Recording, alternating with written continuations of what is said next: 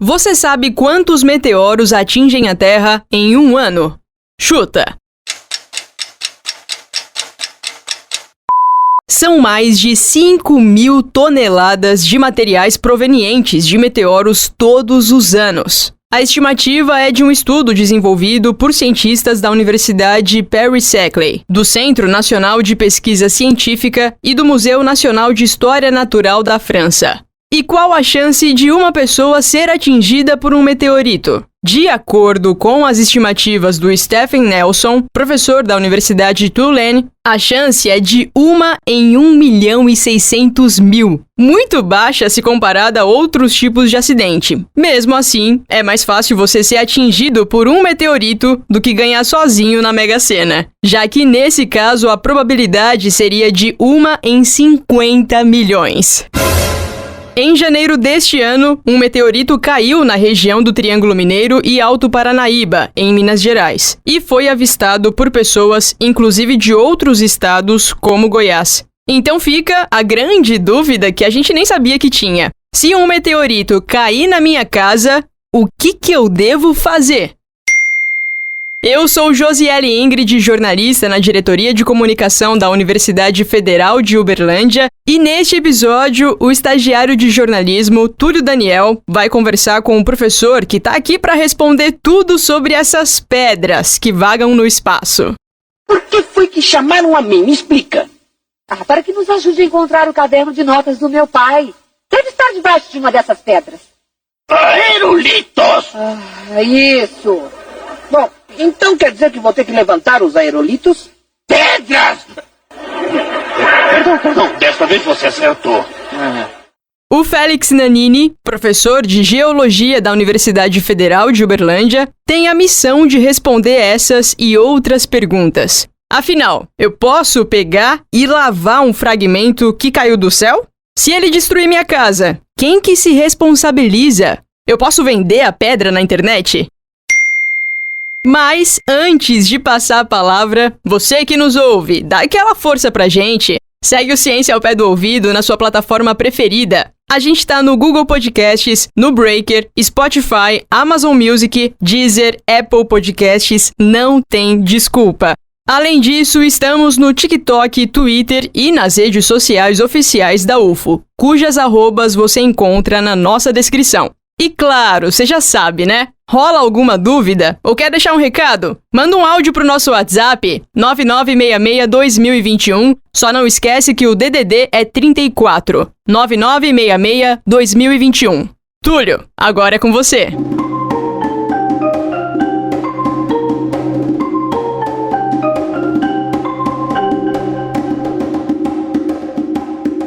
Obrigado, Josi. Olá, ao pé do ouvido, sejam todos muito bem-vindos. E também seja muito bem-vindo ao nosso podcast, Félix. Obrigado, Túlio, pelo convite, né? Muito bom estar aqui falando sobre ciência, né? É para público da UFO, né? E público que acompanha as atividades dos professores, alunos e técnicos da UFO. A gente agradece. Bom, para começar nosso papo então, antes de qualquer coisa, no dia a dia a gente ouve vários termos diferentes quando o assunto é meteoro, né? Então explica pra gente qual que é a diferença de meteoro, meteorito, estrela cadente, qual que é a diferença e do que eles são feitos? Primeiro eu vou explicar, ou tentar explicar para vocês o que seria a diferença entre meteoro e meteorito. Então, o meteoro é o efeito de um corpo rochoso que entra na atmosfera terrestre e, pela entrada na atmosfera, ele faz com que a temperatura de atrito com as partículas que existem na atmosfera gerem uma luminosidade muito alta. Então, essa luminosidade dá aquele efeito luminoso, né, que a gente está vendo, seria o meteoro em si. Então, enquanto ele está dentro da atmosfera, enquanto ele está tendo essa luminosidade, né, enquanto ele está caindo, então ele pode ser chamado de meteoro. Agora, quando ele encontra o solo, ele vai ser chamado de meteorito. Então, os fragmentos de rocha que sobraram a partir dessa interação desses fragmentos, né, com a atmosfera, né, os que sobraram vão ser chamados de meteoritos. Tanto aqui no nosso planeta, né, como em outros planetas, né? Então, por exemplo, se esse fenômeno acontecer em Marte e atravessar a atmosfera de Marte e cair, né, se houver um meteoro em Marte e cair na superfície de Marte, quando ele cair, né, os fragmentos vão ser chamados de meteoritos. Então, ito, né, o sufixo ito, ele é utilizado, né, muito em geologia, né, justamente porque ele é uma designação para a rocha. Então, granito, riolito, então várias rochas que a gente tem esse sufixo, né, ito, né, que significa justamente rocha. E qual a diferença então para um cometa? Então, a diferença para um cometa, né, de um meteoro para um cometa, é a seguinte, né, o cometa, ele não entra na atmosfera de um planeta, né, então ele não vai sofrer essa interação, né, esse atrito com o ar ou com as partículas gasosas, e por isso, né, existe a diferença, né, o cometa vai ser o resultado da interação de um corpo rochoso, que está em movimento, né, uma velocidade muito grande, ele atinge cerca de milhares de quilômetros por hora, quando chega em uma atmosfera, e essa velocidade, né, faz com que você tenha essa interação muito brusca com essas partículas de ar. Então, essas partículas de ar, elas esquentam muito, né, e começam a emitir uma certa luminosidade devido a esse aquecimento. No caso dos cometas, né, o que acontece? Os cometas, eles não vão entrar em uma atmosfera, então não vai ter essa interação com partículas gasosas dentro de uma esfera gasosa próxima a um planeta, né, uma atmosfera. Então, o cometa em si, ele vai ser o resultado da movimentação de partículas ricas em gelo, né, então vai ser um corpo principalmente composto por gelo e outras partículas, né, que podem incluir também um pouco de pó de rocha, né, alguns fragmentos, mas é principalmente gelo. Esse corpo de gelo, ele vai se movimentar e a movimentação dele vai interagir, né, a partir dessa movimentação você vai ter no nosso sistema solar uma interação com os raios solares, né, mais do que isso, né, o que a gente chama de vento solar, que seriam algumas partículas emitidas pelo Sol que vão interagir com esse corpo de gelo. Então, o que vai acontecer? Quando houver essa interação, esses ventos solares, né, eles vão eliminar, eles vão como se fosse diluir, né, como se fosse impactar nesse corpo de gelo, e esse corpo de gelo vai perdendo, ele vai sendo transformado em gás. Então, esse corpo de gelo sólido, né, pelo impacto, o vento solar, né, ele vai acabar desintegrando aos poucos esse corpo de gelo. Então, esse efeito de desintegração, ele vai gerar aquela cauda que a gente conhece do cometa. Então, essa cauda do cometa, ela não está apontando para onde que o cometa está indo. Ela está apontando, sim, de onde que o Sol está emitindo as suas partículas, né, os seus ventos solares, no sentido de promover esse efeito. Então, assim, se ele estiver indo, né, em direção ao Sol, né, ou em uma direção oposta, tanto faz, porque o sentido da cauda do cometa vai ser sempre, né, contrário ao sentido de impacto, né, com as partículas, né, a partir do vento solar. Então, a gente tem uma grande diferença, né, tanto em composição, os cometas eles são essencialmente compostos por gelo, enquanto que os meteoros eles têm uma composição geralmente rochosa, né, mais especificamente, né, silicática, né, minerais ricos em sílica, ou seja, né, silício e oxigênio, ou você pode ter partículas ou rochas, corpos, né, que têm uma composição mais metálica, né, então metais nativos, né, também podem ocorrer na manifestação, né, dos meteoros, né. Quando a gente fala, né, novamente, né, quando a gente fala de meteoros, né, seria o momento, né, que esses corpos estão entrando na atmosfera. Então, nesse momento, eles podem ser chamados de meteoros, quando eles estão em movimentação. Quando eles caem, quando a gente consegue verificar, inclusive, né, essas amostras, esses fragmentos, a gente chama de meteoritos. Na introdução do episódio de hoje, a Josi já falou algumas probabilidades de pessoas serem atingidas por meteoritos. Realmente, é uma chance baixa? Existe caso de pessoas que foram atingidas? Então, eu estava pesquisando um pouquinho sobre isso, né, não sou especialista na área, mas já há registros, né, de pessoas que foram atingidas, né, casos de óbitos cientificamente comprovados, né, não existe, né, mas casos de menos graves, né, já aconteceram, né? Inclusive, um meteorito do tamanho de uma ervilha, né, atingir a mão de uma pessoa, né? Então isso já aconteceu.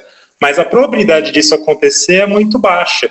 Por que é baixa? Porque apesar de a gente ter um certo volume grande de corpos que vem caindo, né, ao longo da história do nosso planeta, ao longo da história do sistema solar, eles vêm colidindo, né, com planetas há muito tempo. Apesar da gente ter uma atmosfera espessa, né, que vai barrar boa parte desses fragmentos, alguns desses fragmentos vão chegar, sim, no solo. Eles podem atingir, inclusive, né, casas, inclusive pessoas. Mas o que acontece? A superfície do nosso planeta, ela tem a sua zona urbana, né, a sua zona onde vai concentrar as pessoas, ela não é tão grande quanto a superfície que é inabitável. Então é muito mais provável os meteoritos caírem em zonas oceânicas, caírem em zonas desérticas, em florestas, do que necessariamente em zonas urbanas. Então a probabilidade é muito, muito pequena por conta disso, né? Mas assim, o volume de meteoritos que chegam a tocar na Terra, né, não é um volume tão baixo, né? Então estima-se que toneladas de material extraterrestre venham a cair no solo terrestre. Ou seja, então tem que ter muito azar para ser atingido por um meteorito, né? Muito, muito azar. E assim, aconteceu em Santa Filomena, foi um evento importante, né, de queda de meteoritos que a gente teve no Brasil. Houve, né, esse azar, né, de alguns fragmentos se chocarem com telhados de casas, né, mas não chegou a atingir ninguém. Mas por conta desse azar, no final das contas, acabou sendo uma sorte, né, em termos para a população local, porque é mais fácil identificar onde que caíram, se caiu de fato, né, numa construção, né, se as pessoas ouviram o barulho, né, desses fragmentos tocando o solo, tocando o telhado. Do ponto de vista para achar, né, os meteoritos, na procura, prospecção, né, os famosos caçadores de meteoritos, foi muito positivo, né, nesse sentido, né, porque você teve uma queda, né, que foi numa zona habitada. Então, quando um meteorito cai numa zona rural longe de habitações, é muito mais difícil, né, a gente saber exatamente onde que aqueles fragmentos caíram. Com a queda do meteorito aqui em Minas, alguns memes e fotos repercutiram nas redes sociais. A gente sabe como mineiro é e nas supostas fotos um homem estava lavando um fragmento com detergente. Se uma pedra dessa cai no meu quintal, eu posso pegar ele e lavar? Tem risco de ter radiação? É possível que algum material químico espacial ou até mesmo uma vida extraterrestre se perca com a lavagem?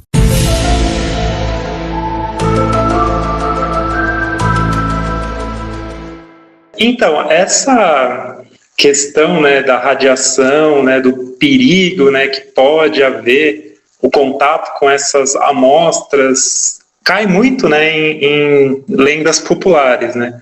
Quando a gente fala de meteoritos, né, a gente tem uma certa estatística, né, do tipo de material que pode cair na superfície terrestre. Vai ser muito difícil, né, que você tenha um material concentrado em minerais que tenham elementos radioativos em demasia.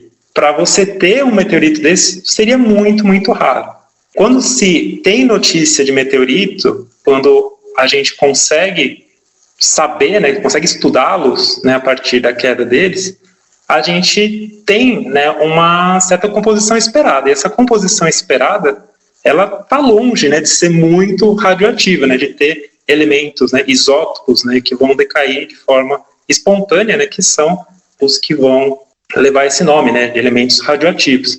Então, a gente não pode dizer que não existe nenhuma concentração de elementos radioativos nos meteoritos. Pode existir, assim como existe essa concentração em rochas, inclusive que a gente usa para pia da nossa casa, né, da cozinha, do banheiro. Mas essa concentração de elementos radioativos, geralmente, é uma concentração muito pequena, não chega a ser nociva. Então, a mesma coisa vai acontecer com a maioria dos meteoritos, né? Não tem muito o que se preocupar, né? Geralmente, os meteoritos eles vão ter uma composição química, né? Vai ter uma concentração de elementos radioativos muito, muito baixa, né? Assim como a maioria das rochas que a gente tem, né, na superfície do nosso planeta. Então não tem com o que se preocupar, não precisa lavar com detergente, né? Não precisa se policiar, né? No sentido de ficar preocupado com a sua saúde, né? Quando entrar em contato com o meteorito. A única coisa, né, que precisa ter um pouco de cuidado é que, se for identificado a queda instantânea de um meteorito, é muito bom, né, a pessoa ter noção de que aquilo está muito quente, né? Aquilo está extremamente quente, né? É tão quente que ele mesmo acaba fundindo a própria superfície. Devido a essa interação com a atmosfera e devido a essa velocidade que ele vem, você chega a temperaturas muito altas. Essas temperaturas, elas chegam até a fundir, né, criar estruturas externas, né, superfícies, né, brilhantes, devido a essa fusão da camada da parte interna desses fragmentos. Então, por isso, quando ele acaba de cair, né, por favor, não toquem nele, porque provavelmente você vai se queimar, né, não vai ser muito bom para a sua saúde. Agora, a questão de radioatividade, muito incipiente, né, muito desprezível, né, então não precisa se preocupar com essa questão, não. Apesar de ser extraterrestre, né, não vai te fazer mal, né. Existe muito essa crença, né, tudo que seria extraterrestre poderia nos fazer mal, tudo que vem do espaço poderia ser nocivo, mas na verdade os próprios elementos que a gente encontra no nosso planeta, eles vieram de processos cósmicos, né? Vieram de explosão de estrelas, vieram de fusão nuclear dentro de estrelas. Então, no final das contas, né, antes do nosso planeta ser formado, né, a gente já teve uma aglutinação de várias partículas que vieram de várias partes do universo. Então, nem tudo que vem de fora, né, seria nocivo, né? Então, acho que é muito essa crença, né?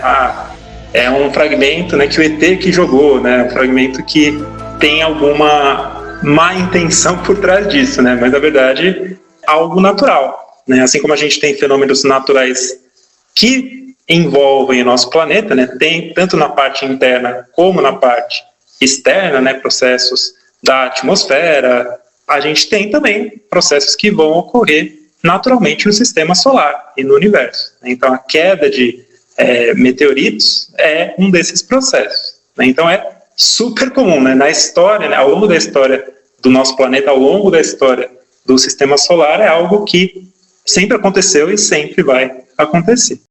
Nós abrimos uma caixinha de perguntas no Instagram da UF e vários seguidores mandaram algumas questões. O Matheus Pedrosa, a Valquíria Prado, José Félix e eu temos a mesma dúvida.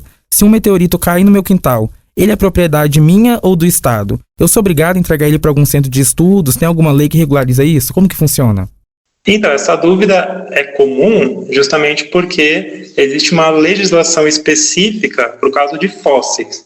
Então, no caso de fósseis, não é aleatório, né, essa questão, né? Você precisa sempre seguir, né, os termos legais, né? Existe uma legislação para isso. Você tem que seguir essa legislação, né, porque é a legislação do seu país. Agora, no caso dos meteoritos, a gente não tem, até agora, né, não tem nenhuma lei que vai amparar e direcionar, né, o que o cidadão pode fazer com esse meteorito. Então, como não existe essa legislação, nem que proíbe, nem que permite, nem que regulariza, então não existe nenhum crime, né? A pessoa não vai cometer nenhum crime se estiver vendendo para uma outra pessoa. Então, por enquanto, não existe, né?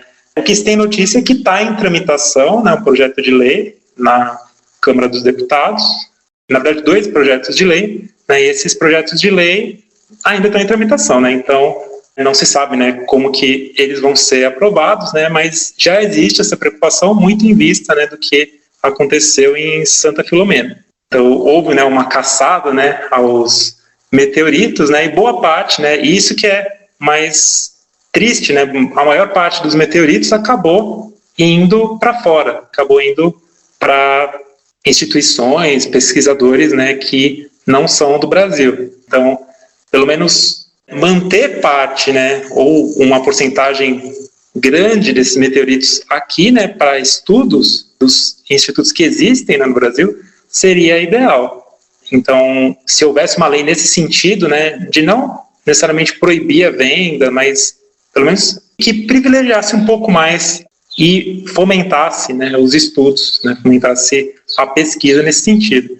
Os meteoritos, eles têm um valor científico muito grande, justamente porque eles contam a história do sistema solar, né? Então, eles contam os processos de evolução que ocorreram, inclusive, podem contar, né, processos de evolução que ocorreram antes da formação do nosso próprio planeta. E também contam, né, a evolução do que pode acontecer e o que está acontecendo com o nosso planeta. Então, a gente tem camadas geológicas diferentes, e essas camadas geológicas diferentes do nosso planeta, dependendo da profundidade, né, a nossa crosta, manto e núcleo, principalmente a questão do núcleo, a gente teve um contato maior com esse conhecimento, né? O que a gente pode ter no núcleo terrestre? A partir da observação dos meteoritos, né? Então, alguns que são chamados de sideritos, que são os meteoritos metálicos, né? São formados principalmente por ferro nativo, né? Que tem um conteúdo, inclusive, de níquel elevado, né? Chegando, né, cerca de até 15%. Essas amostras, né, esses sideritos, eles podem ser evidências, né? Eles podem indicar para a gente o que a gente teria no núcleo do nosso planeta. Então, eles são importantíssimos, né? Não só os sideritos, mas todos os meteoritos, né? Eles podem nos ajudar bastante no processo de entender o passado do nosso planeta e o que pode virar o nosso planeta. Você falou então sobre vender. Outra suposta imagem que circulou na internet foi a venda online do meteorito por R$15 mil. Se eu achar eu posso vender mesmo? Como que é calculado o preço de um meteorito? Então, eu não posso saber te dizer exatamente como que é o cálculo do preço, mas sempre que a gente tem notícias, né, como o mercado funciona, né, quanto mais raro, mais caro. Então, existem alguns meteoritos que existem com maior frequência e existem alguns meteoritos que existem com uma menor frequência. Então, esse de Santa Filomena, eles seriam meteoritos marcianos, né? Ou seja, você teve algum processo, né, processo de choque de corpos, e pode ser que algum desses processos tirou uma lasquinha, né, vamos dizer assim, um pedacinho de Marte. Então, existe uma porcentagem pequena de meteoritos que são marcianos. Então, meteoritos marcianos, eles vão valer muito mais do que meteoritos mais comuns. Então, seria mais nesse sentido. Agora, um cálculo exato, né, aí vai depender mais de quem está vendendo, né, e de quem está dentro desse mercado, né? Como no Brasil a gente não tem essa regularização, isso fica muito mais na mão, né, no mercado internacional. E se eu estou andando assim na rua e vi uma rocha meio estranha ou diferente, como que eu vou saber se é uma pedra comum ou um meteorito?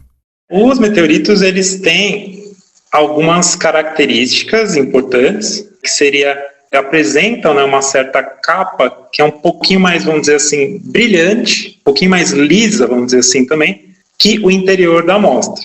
Então, se você quebrar a amostra, né, você vai ver um aspecto um pouco diferente, né, da parte de fora e da parte de dentro. Mas isso não é algo que vai determinar, de fato, né, é um meteorito, não é um meteorito.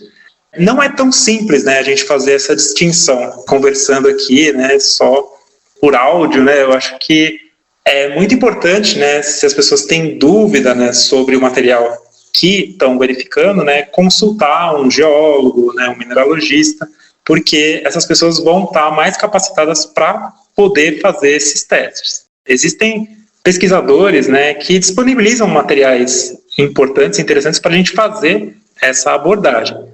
Primeiramente, né, a gente não pode ser categórico, né, e pensar que tudo é meteorito, né? Muitas vezes a gente verifica, né, um material e, geralmente, né, o material que a gente está verificando, ele vai ser um material terrestre, né? Então, a maioria dos fragmentos, né, que chega para mim, né, o pessoal pergunta, Félix, isso aqui é um meteorito ou não é um meteorito? A grande maioria não é um meteorito, porque são rochas que já existem aqui no planeta. Então, é fácil confundir esses materiais? É muito fácil. Porque, por exemplo, cor, né, qual que é a cor de um meteorito? Né, ele tem uma cor específica? Depende do meteorito. Ele pode ter uma cor prateada no interior, ele pode ter uma coloração próxima, né, a várias cores que a gente tem em rochas comuns do nosso planeta, Então é muito complicado. Por exemplo, pela cor, eu já indicar e já falar para você, Túlio, você pega a cor amarela, identifica algum material com coloração amarela, que aquele material vai ser um meteorito, né? Então eu não posso falar isso, porque as cores não vão indicar algo muito certo, né? Algo muito assertivo, né? Para você. Então, é uma série de fatores, né? Um dos fatores mais importantes, que além desse que eu tinha falado, né, que eu tinha comentado, a capa que é formada devido a essa fusão da parte exterior do material, quando ele entra na atmosfera, né, existe essa fusão, né? Então forma essa capinha que geralmente vai ter um aspecto um pouco mais brilhante. Esse é um aspecto interessante a ser observado. Isso pode ser confundido com alguns fenômenos que podem acontecer, né, naturalmente no nosso planeta. Isso pode ser um indicativo, certo? Outro indicativo seria a densidade dos materiais. Então, geralmente, os meteoritos, eles têm uma densidade superior a 3 gramas por centímetros cúbicos. Então, as rochas terrestres, elas geralmente vão ter um valor de densidade menor do que isso. Todas vão ter um valor de densidade menor do que isso? Depende da rocha. Tem rocha que sim, tem rocha que não. Então, se você conseguir verificar, né, um material muito denso, muito pesado, e tiver essa característica, essa película brilhosa ao redor dele, é possível que seja um meteorito. Mas mesmo assim, é possível que não seja um meteorito? Então, nesse caso, né, teria que haver uma avaliação um pouco mais pormenorizada. Não é simples, né, não é tão trivial. É como pedras preciosas, né, é tão complicado, né, você separar uma pedra preciosa em relação a outra pedra que não é preciosa, vamos dizer assim, né? Eu estou falando pedra, né? Os geólogos geralmente não falam esse termo, né? Falam rochas, falam minerais, são mais específicos, né? Mas pedra é o que a gente fala no popular, né? Então, um fragmento sólido, né? Que pode ser formado naturalmente ou não necessariamente naturalmente. Então, é muito complicado, né? Você fazer a análise, né? Só por conhecimentos, né? De vídeo do YouTube, né? De alguma matéria de revista, né? Então é sempre indicado, né, nesse caso, né, achou um material suspeito, trazer para uma universidade que tem um curso de geologia e verificar, né, se pode ser feita essa análise. Então, certamente, né, nessa universidade alguém vai poder, né, indicar melhor para você o que seria esse tipo de material. E o seu xará, José Félix, quer saber se o meteorito que caiu em Minas estava previsto ou se foi de surpresa. Como funciona esse monitoramento? Eu não vou saber te falar, José Félix. Eu, na verdade, soube da notícia, né? Também fiquei muito interessado, né? Em até visitar essas regiões, de fato, verificar se encontrava alguma coisa. Mas o que acontece, né? É que existe, né? O monitoramento que é feito pela Rede Brasileira de Observação de Meteoros, né? A sigla é BRAMON. Então, tem vários observatórios no Brasil, né, e a partir dessas observações é possível, né, fazer cálculos, né, por exemplo, qual que foi a velocidade média desse meteoro, né, que é enquanto ele está no ar, quando está na atmosfera, qual que é a velocidade média do meteoro, qual que é o ângulo que ele entra em relação ao solo, né, na atmosfera, qual que seria a distância percorrida, né, então tem várias informações relevantes, né? Inclusive no site deles, eles colocam, né, qual que seria a trajetória, né? Eles colocam no mapa mesmo, né? E indicam, né, quais são os municípios mais prováveis, né, de encontrar. Agora, prever é um pouquinho mais complicado. Na verdade, tem, né, a noção, né, os astrônomos, né, eles têm muito mais domínio, né, sobre essa parte, né, mas a gente pode dizer que existem muitos fragmentos no nosso sistema solar. Eles vão estar orbitando em torno do Sol e as órbitas desses fragmentos, elas podem, eventualmente, cruzar a órbita da Terra. Então é muito, muito comum você ter esses fragmentos caindo na Terra, porque não é um só asteroide que vai estar nessa órbita, né? Vão ser milhares, né? Vão ser muitos. Né? Então, se a gente fizer uma estimativa, né, da probabilidade de ter queda desses materiais, é muito alta, porque eles vão encontrar a Terra em algum ponto, devido a esse número muito elevado de fragmentos, né, em algum momento, algum desses fragmentos vão encontrar a Terra.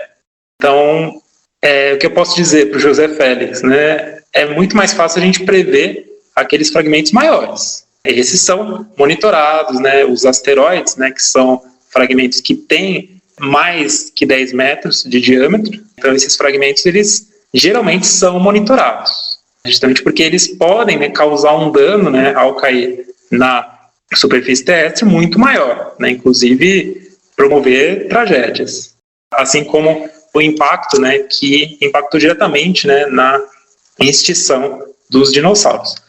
Então, esses fragmentos maiores, né, esses corpos maiores, são mais fáceis de serem identificados, né, tanto por redes nacionais, né, mas também pela própria NASA, né, que tem um grupo chamado CINELS, né, que faz essa observação. Desde 1988 eles estão fazendo, né, até hoje, e eles têm essa estimativa, né, de quantos corpos caem na Terra por ano, qual que seria essa frequência. Mas o que a gente pode dizer é que sim, é muito frequente, todo o tempo está caindo fragmentos na Terra, só que esses fragmentos, né, eles ou vão ser dispersados pelo atrito com o ar, eles vão ser pulverizados totalmente, ou esses fragmentos, né, eles vão cair em zonas que não são habitadas. Então, por isso que não é tão comum, né, apesar de eles serem muito comuns, não é tão comum a gente verificar, né, esse fenômeno toda hora. Então, por isso que foi bem impactante, né, o Triângulo Mineiro está passando aqui com um meteoro, né, justamente porque não é toda hora que acontece. Tem como monitorar? Tem, mas esse monitoramento vai ser mais fácil, né, com corpos maiores. Não vou saber também se foi, de fato, monitorado antes ou não, né, mas como pegou a gente de surpresa, né, geralmente quando existe esse monitoramento, as agências espaciais comentam, né, você tem relatos, né, do dia, a hora que vai acontecer, né, por exemplo, vai ter o lançamento dos satélites da Starlink, daí todo mundo sabe o horário, todo mundo sabe certinho, né, como que vai ser, vai passar o cometa Halley em determinado momento, vai ter eclipse solar em determinado momento. Então, essas questões, elas são notificadas, né, muito fácil, né, para as agências espaciais notificar. Agora, esse, em particular, como não houve notificação, eu creio que não havia previsão de ele entrar na atmosfera. E você comentou dos dinossauros, né? A gente vive brincando para cair outro meteoro de novo, acabar com a humanidade. Como que foi na época da extinção? Tem a chance de outro meteoro daquele tamanho cair novamente? Daria tempo da gente fugir, fazer alguma coisa? O que a gente poderia fazer? Então, tempo de fugir, não sei. Depende de quando que fosse, né, constatado, né, que ele de fato iria se chocar com a Terra. Porque existem, né, alguns corpos monitorados, né, pelas agências espaciais que têm possível risco, né, de impacto com a Terra. Esses corpos, o estudo, né, da trajetória que eles fazem são muito bem detalhados e, claro, sempre tem um risco envolvido. Em termos de você saber exatamente, né, se ele vai impactar e a gente poder ter mecanismos para se proteger aqui é um pouco complicado, porque se for constatado muito perto, a velocidade que esses corpos viajam é muito grande. Então, é cerca de mais de 1.000 km por hora. Então, assim, é algo que não dá muito tempo de fazer muita coisa. Agora, não sei, qual que seriam esses planos, né? Eu também não estou muito por dentro, né, desse planejamento, né, da NASA. Beleza, vamos monitorar, mas o que a gente pode fazer, né? O que as agências espaciais podem fazer para evitar? Pode ser que haja o lançamento de alguma bomba, né, para tentar fragmentar, para tentar minimizar isso, né? Agora, certamente, não seria possível fazer que nem no filme Armagedon, né, de você tentar levar um astronauta para tentar fazer um furo e, a partir desse furo, você tentar explodir esse asteroide. Por que não dá para fazer? Porque a velocidade esse corpo está viajando é muito rápido. É muito improvável, né, você conseguir chegar até esse corpo com uma precisão muito grande. Então é isso, depois do nosso papo a gente já sabe que pode lavar um meteorito, pode vender que não é crime, a chance de um atingir a gente é bem baixa. Félix, muito obrigado pela sua participação. Tá bom, Túlio. Obrigado você. Né? Qualquer coisa, estamos aqui em Monte Carmelo, com curso de geologia, né? Se quiserem saber mais sobre rochas, sobre meteoritos, né? A gente está aqui para ajudar todos vocês. Sintam-se à vontade para vir para Monte Carmelo e nos visitar. Certinho, Félix, muito obrigado. E Josi, se cair um meteorito aí na sua casa, você já sabe o que dá pra fazer, hein? Me chama pra pegar um pedacinho também. Beijo.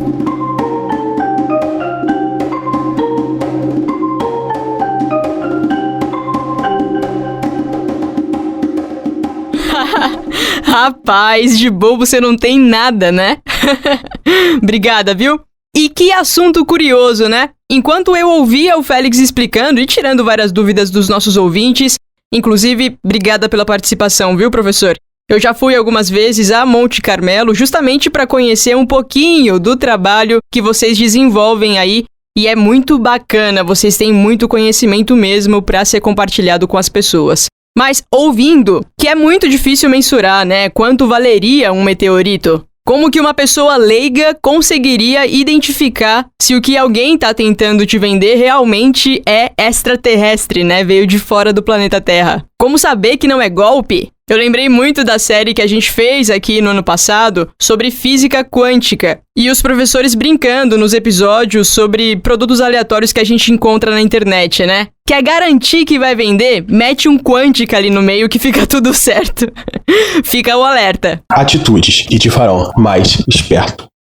Agora, falando sério, eu tô mesmo curiosa pra saber o que vocês, ao pé do ouviders, acharam desse assunto. Vai que você gostou tanto do tema que tá até considerando cursar geografia? Quer entrar para a Rede Brasileira de Observação de Meteoros? Aliás, um breve parênteses. No fim do ano passado, a NASA criou um site para que qualquer pessoa consiga monitorar asteroides. Dá para ver as localizações exatas no espaço, quase em tempo real, porque o mapeamento é atualizado 2 vezes por dia. A ferramenta se chama Eyes on Asteroids, em tradução livre, de olho nos asteroides. Eu, particularmente, achei o site muito bacana de mexer, visualmente é lindo, tem até uma contagem regressiva para os asteroides mais próximos ao nosso planeta. Então, para facilitar o teu acesso, se você tiver curiosidade, é claro, o link está na descrição desse episódio. Você não pretende seguir carreira, mas o bate-papo tirou muitas dúvidas que você tinha, coisas que até a gente nunca para pensar? Ou, sei lá, você dá aula. No ensino básico, no ensino médio, achou que o assunto pode ser interessante para a turma numa das tuas aulas. Ou você é o estudante e resolveu comentar com os teus colegas, com os teus professores. Enfim, manda um áudio pro nosso WhatsApp e conta qual que é a tua experiência com ciência ao pé do ouvido. 9966-2021. Lembra de colocar o DDD 34, beleza? 9966-2021. Gostou desse episódio? Já compartilha com geral. Se você tá ouvindo a gente pelo Spotify, por exemplo, você pode dar 5 estrelinhas pra nossa equipe, que tal? E, como vocês sabem, nesta temporada, toda semana tem um tema diferente e novos convidados por aqui. Então não dá bobeira, segue o Ciência ao Pé do Ouvido e não perde nenhum episódio, fechou? Pra você que esteve conosco até aqui, o meu muito obrigada. Eu sou Josiele Ingrid, sempre bom saber que tem gente interessada em ciência de verdade, em conhecer pelo menos um pouquinho do que os nossos cientistas sensacionais têm feito no Brasil e no mundo. Semana que vem a gente se ouve de novo. Um abraço pra você. Se cuida! O Ciência ao Pé do Ouvido é o podcast da Divisão de Divulgação Científica da DIRCO, a Diretoria de Comunicação Social da Universidade Federal de Uberlândia. A coordenação é comigo, de Ellen Borges. Eu sou jornalista e pesquisadora aqui na UF. Na apresentação, a jornalista Josiele Ingrid. A comunicação imagética desse episódio foi feita pela Ludmila de Castro, estudante e estagiária de design. A divulgação dos episódios nas mídias sociais está com a Laura Justino, estudante e estagiária de jornalismo. O roteiro é do Túlio Daniel, também estudante e estagiário de jornalismo. E foi o Túlio que você ouviu conduzindo a entrevista. A principal transição sonora que você ouviu ao longo desse episódio é a composição do percussionista Eduardo Fraga Túlio, que foi gentilmente cedida ao programa pelo próprio Eduardo. que também é pesquisador e professor de música aqui na UFO. Captação de áudio, edição, montagem e finalização são do Márcio Gama. Na supervisão, Josi e eu. Até semana que vem!